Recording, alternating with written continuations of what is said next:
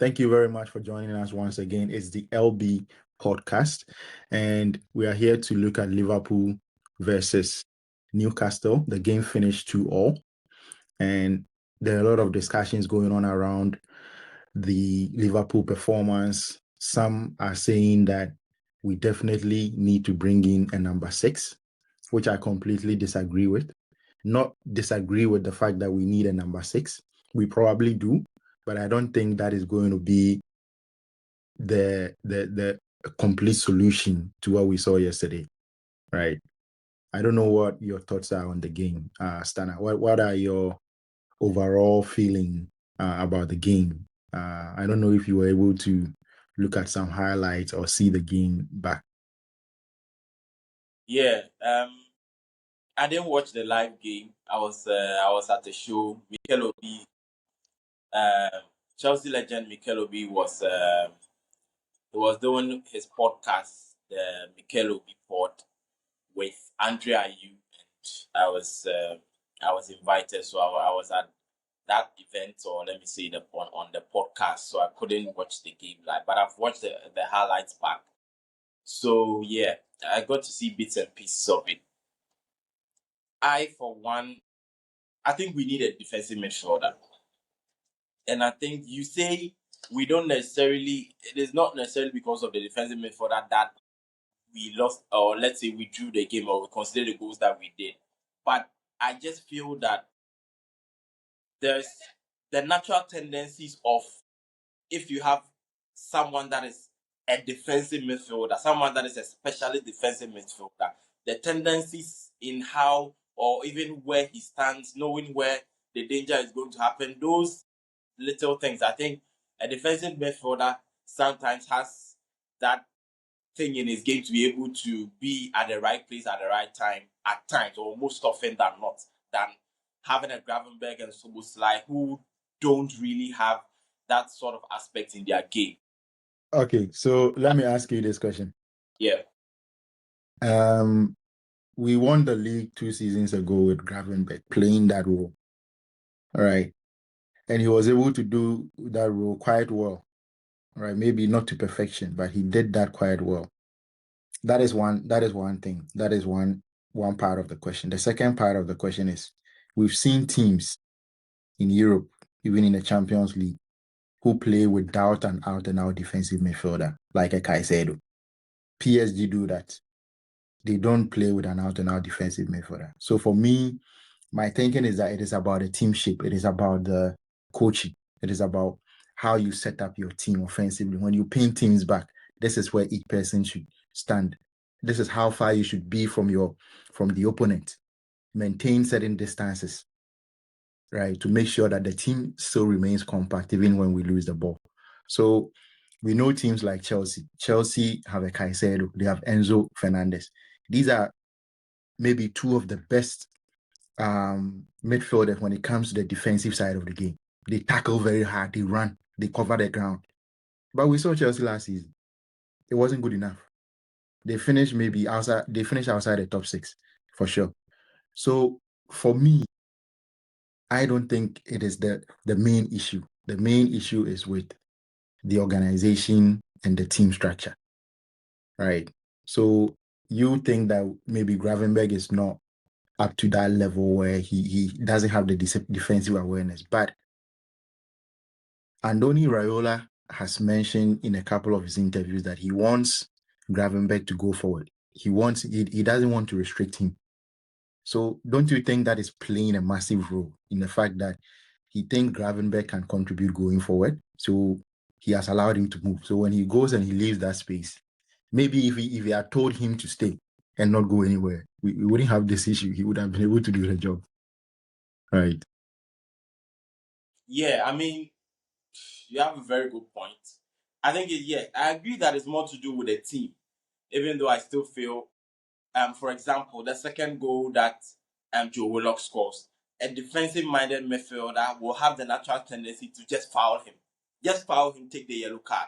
We saw Fabinho do this week in, week out for Liverpool all the time. He'll foul you, get the yellow card, slow the game down, allow his teammates to all get behind the ball, and then we go from there. But Soboslai watched him. He was tracking back. It didn't come to his head to do that. He was just focusing on trying to get back into the. Soboslai is a box to box. He likes being in the other box when we are defending, tracking back. But he's not street wise. He's not street wise. Gravenberg is not that either. And you make a very good point as well, because in the first season when we won the league, Gravenberg didn't go forward at all. He didn't score a single goal. I don't think he even got an assist that year. But the following season, under a slot where we started struggling, that is when we saw Gravenberg going forward. We saw how good he was in attacking positions. He scored a few goals at the start of the season. He was interviewed, and then he mentioned the fact that Anna Slot actually wants him to go forward. And I think that quality in his game, Andoni Iraola also sees that quality in his game. So he wants him to go forward. But what is the plan when he goes forward? What happens to the coordination? If he's going forward, who is staying? Who identifies that, okay, he's moving in this direction, so I have to be here? Those are the things that is a major concern right now. Yeah, so you mentioned the fact that Soboslai wasn't streetwise in terms of trying to foul the player or commit a tactical foul, right? So we saw that at City, when Pep Guardiola was still at City, he had Rodri and Bernardo Silva. I think they were the main two guys who used to do that job. They will foul you. They won't allow the counter attack to develop. But Bernardo Silva is not a defensive midfielder. Sorry.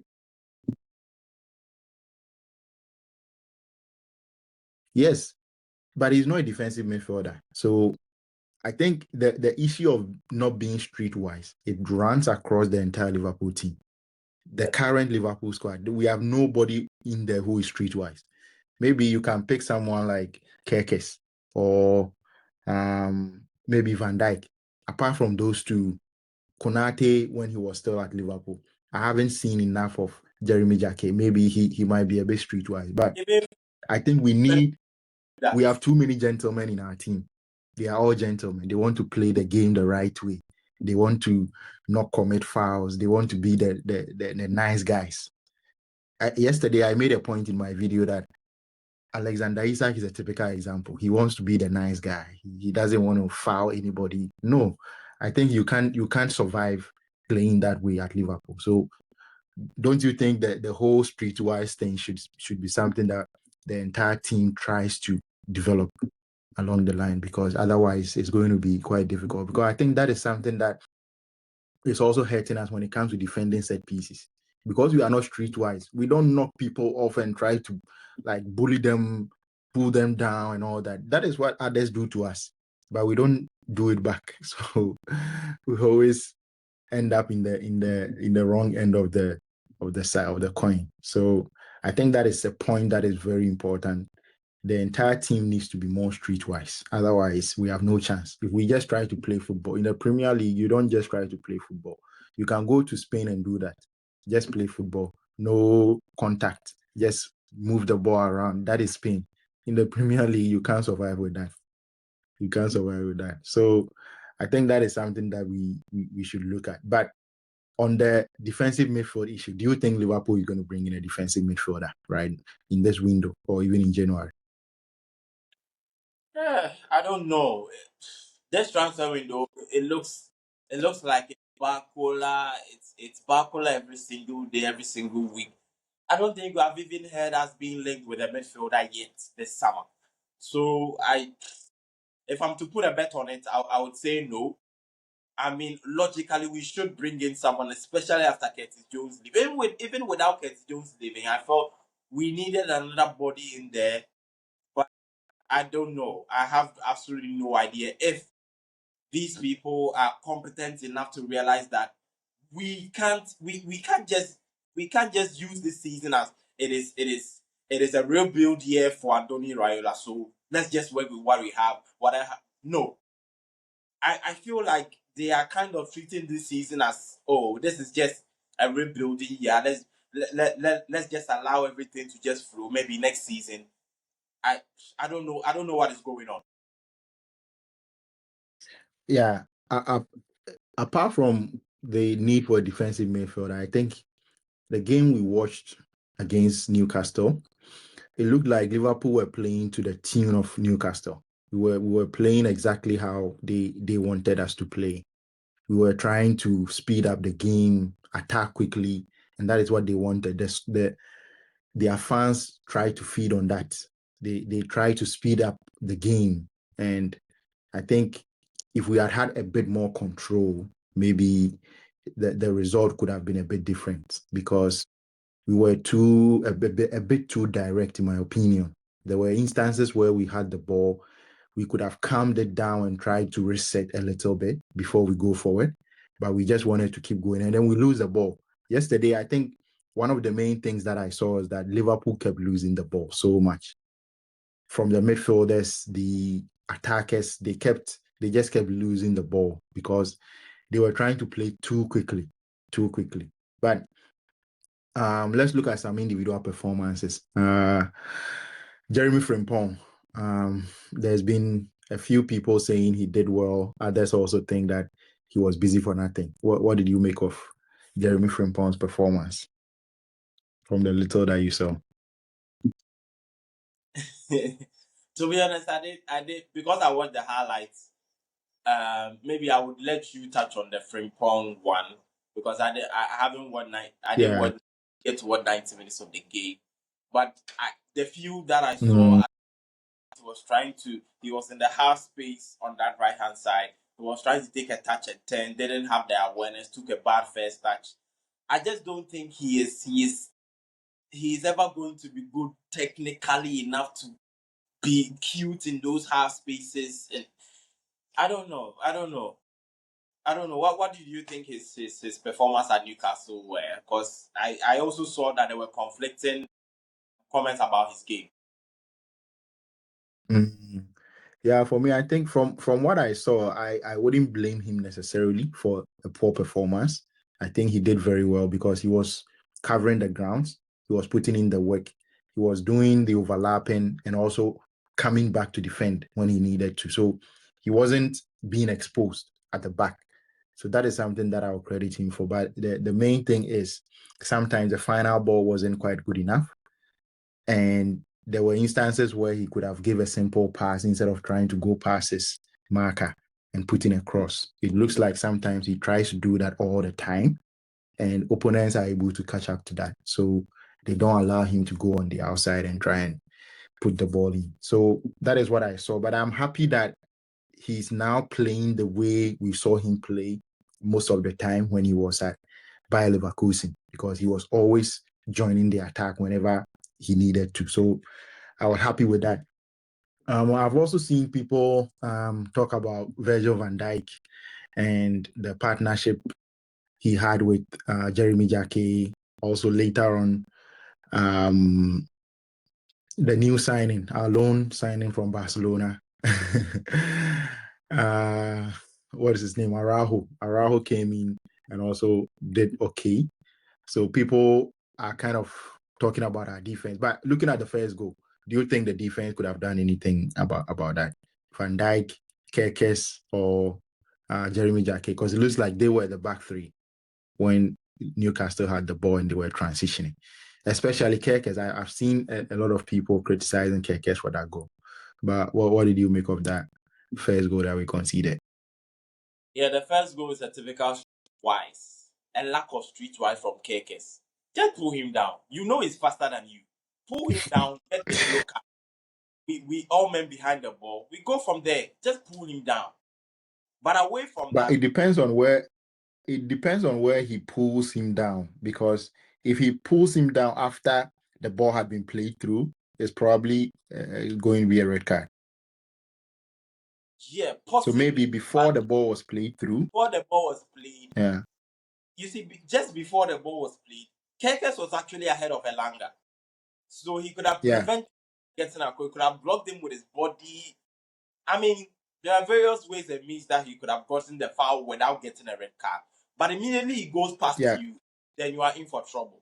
But even after he yeah, went past, I felt like one of Jacquet or Van Dijk, they were all retreating. There's nothing wrong with retreating because you are giving yourself space for others to recover. That is fine. But as you are retreating, one has to get close. then the others retreat. And that is where we come to maybe the telepathy of the players that have not centre back pairing, who have not played together, who has to step in, who has to cover the space. I don't know, but I think from the onset, Kekes should have been the one to handle that situation and just be streetwise with his decision making there.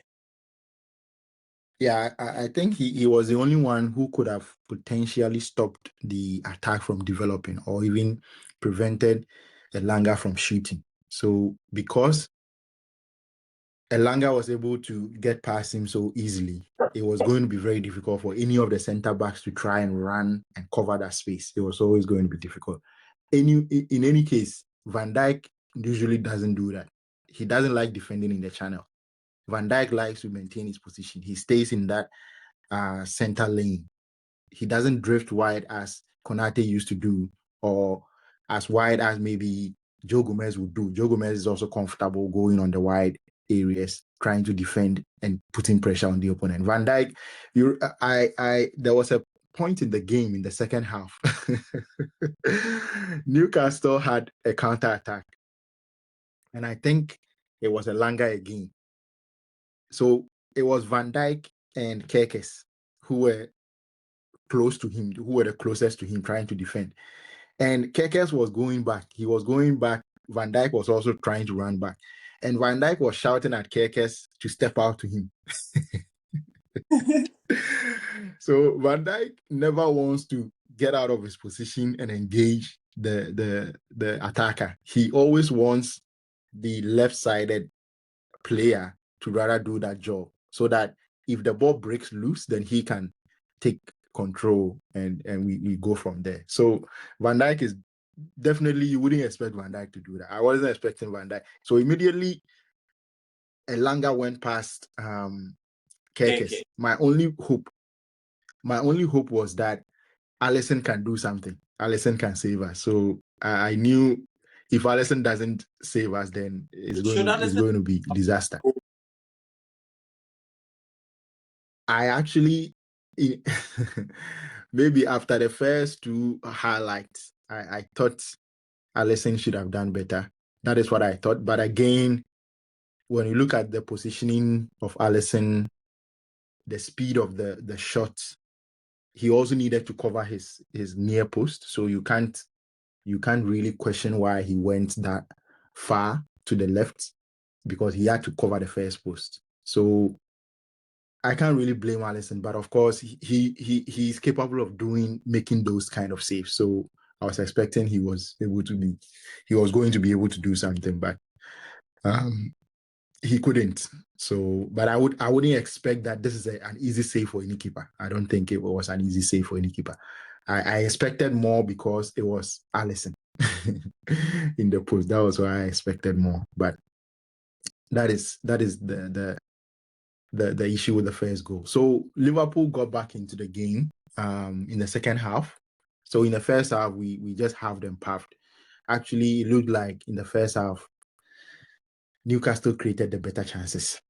So in the second half, we got the goal back, but immediately after we got the equalizer, Newcastle were able to find another goal. How did you find that second goal from Newcastle before we talk about Gakpo's goal?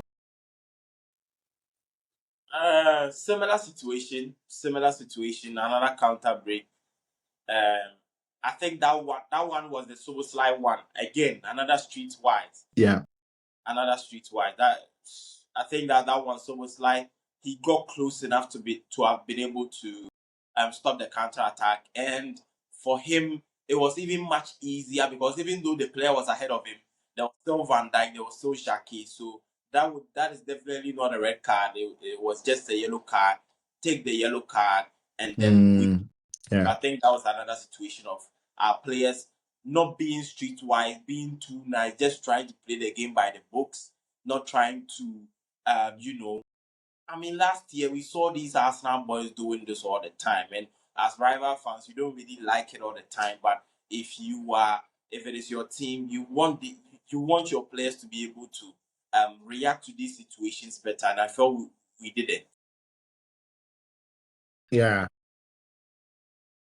Yeah, when you look at the situation. It also isn't it also um isn't it also caused by the fact that we commit too many bodies forward when we are attacking and we don't really take care of the ball very well? Because, like you say, if you mention rival teams, the likes of Arsenal, even Manchester City to some extent, they don't risk the ball too much, even when they are pinning the opponent back. They don't risk the ball too much because they know that when they try to take too much risk and they are not patient enough, it is going to result in a counter attack, and that can be dangerous. But it looks like we were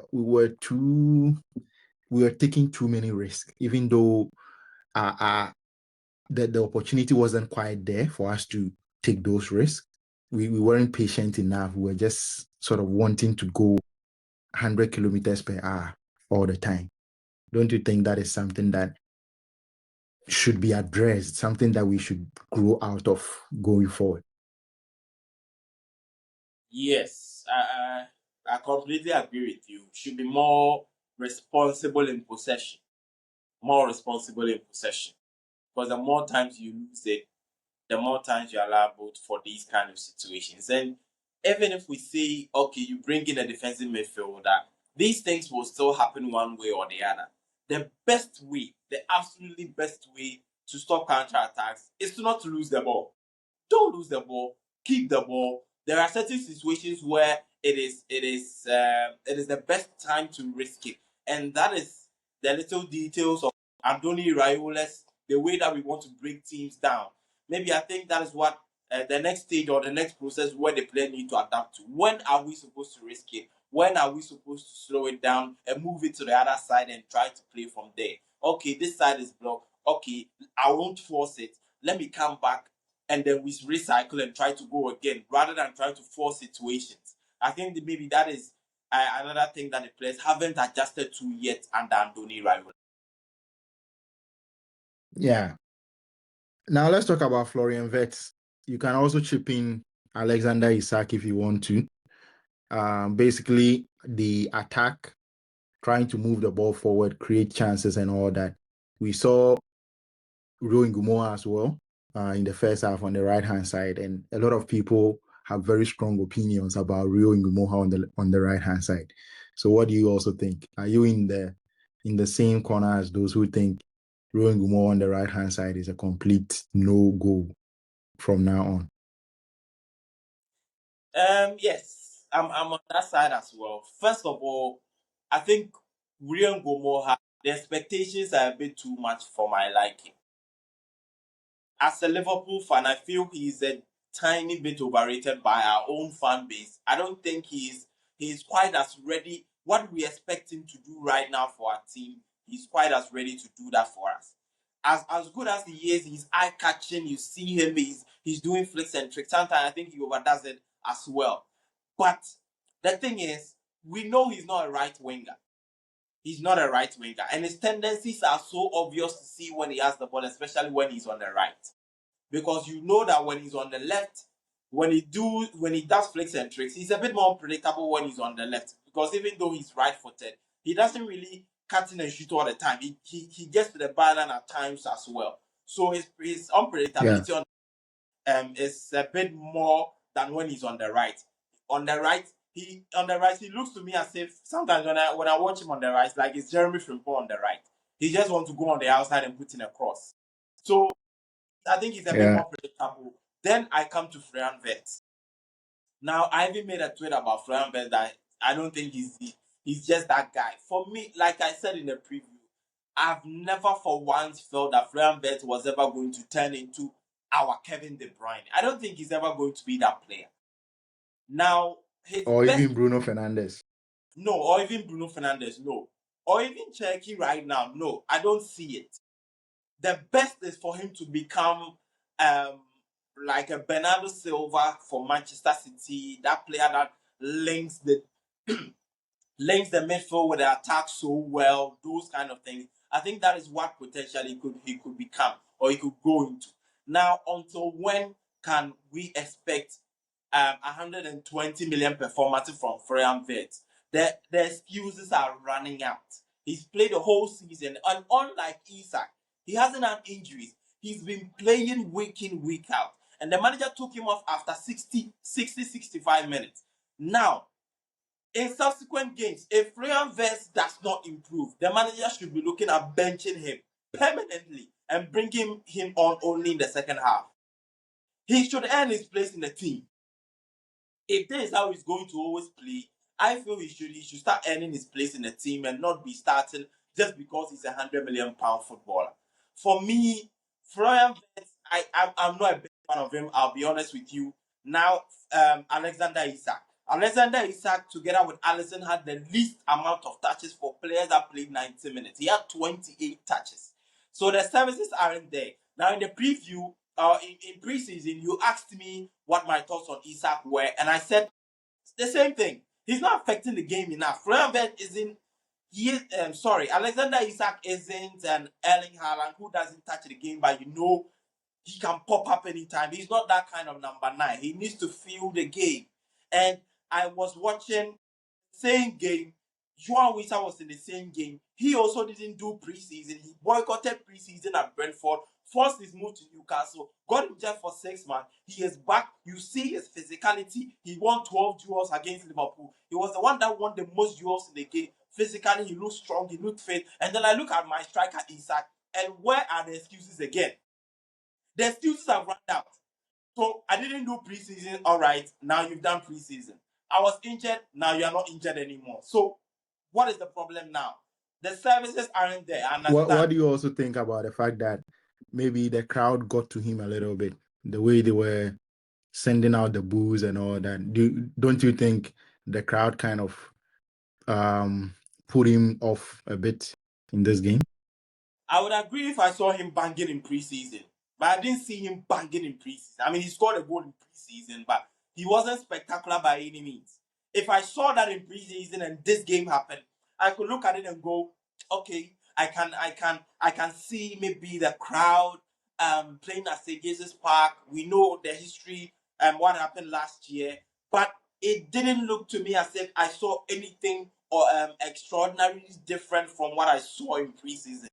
And that is why I'm not really able to use that as an excuse for him. And maybe I'm wrong. I don't know what you think. Okay.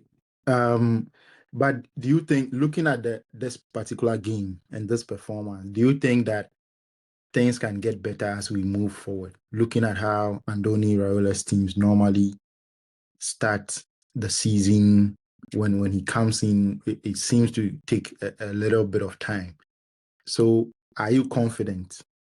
Have you seen anything to sort of suggest that things are going to get better? So maybe we should endure some difficulty. We should endure the few months of difficulty that we are going to experience from now to maybe December, and then expect something big after that. Oh, I will tell you this for free. For free, I won't take any payments. We are going to we are going to have to go through a tough period. One, the Salah goals. The goals from Salah that we've enjoyed for the best part of a decade. We are going to miss it. If Isak doesn't start banging, where are our goals coming from? And now it looks like anytime we score 2 or 3 goals, Solskjaer is scoring 1. Solskjaer is scoring 1 from last season. When we score 2 or 3 goals in a game, you know Solskjaer is scoring at least 1 of them. So where are our goals coming from? So, and like I said, the adaptation to Andoni Iraola's system. 2 positives is what I saw from the Newcastle game that I can look at it and say, okay, maybe with time things will get better. Of course, the transfer window is still not closed yet, so I'm trying to be positive. Maybe we bring in some new players, some new attackers to refreshing the squad as well. Now, the first positive I saw was that Victor Munoz, he's a positive number 1. I think he's a guy that can bring in a different type of energy in the second half of games, like the penalty that he got against Newcastle. That is a positive. The second positive, which is the most important one, is we played against Sunderland in preseason. We scored 2 goals in the second half. They did a comeback. They scored 4 against us. We played another game against Monaco. We scored 2 goals in the first half. Second half, they did a comeback and beat us by 3 goals to 2. So we couldn't sustain our performance for 90 minutes. But in this game, the positives are we conceded, we came back. We conceded, we came back. Mentality-wise, that is a good sign. The next thing is intensity-wise, we weren't as intense as even in the first half in preseason against Monaco. But we were able to I think we were able to match them in phases of the game to be able to snatch a draw, and they weren't able to take the game away from us. So in that regard, I would say that is an improvement on the preseason games where we were ahead and then we were dragged back to a draw. So these are the positive signs. So I would say more room for improvement. I think in Iraola, let's give him a bit of time. Things will get better. I am quite positive that things will get better. I don't think better means we are winning a trophy necessarily this season. Although I think we can aspire to push for one of the cups, Carabao, UCL, anything can happen. But for now, I think we should just accept that we are in a phase where we need to have a lot of patience for the new manager, Anthony Iraola. Okay. So before we wrap up, let's talk about some of the positives again. The goal that we got from Soboslai, the penalty, and also the sort of performance of Munoz and Lewis Kumas. What did you make of that passage of play? Also, the penalty, did you think it was a penalty? I think I would have been furious if it was given against my club. It's a tad bit soft, but I don't know. Maybe it's my Liverpool bias, but I think I would say 55-45. 55% that is a penalty. It's a little bit soft, although his knee does lunge into Munoz. There is contact there. There is contact. So I think it could have probably gone either way, but I think it's just a penalty. And Munoz was a positive, like I said. Good penalty by Soboslai, and Cody Gakpo's goal, I think he has that in his locker. He has that in his locker. Even in certain games where you see that he's not really up to the task, he has this in his game where he can just take the ball, take responsibility, and just try to get a shot on goal. And we've seen him score a few of those. So I wasn't surprised that he was able to score that goal. Okay. Thank you very much, everyone, for watching. This is how we end the show. Don't forget to subscribe. Also like the video. We'll catch you later. See ya.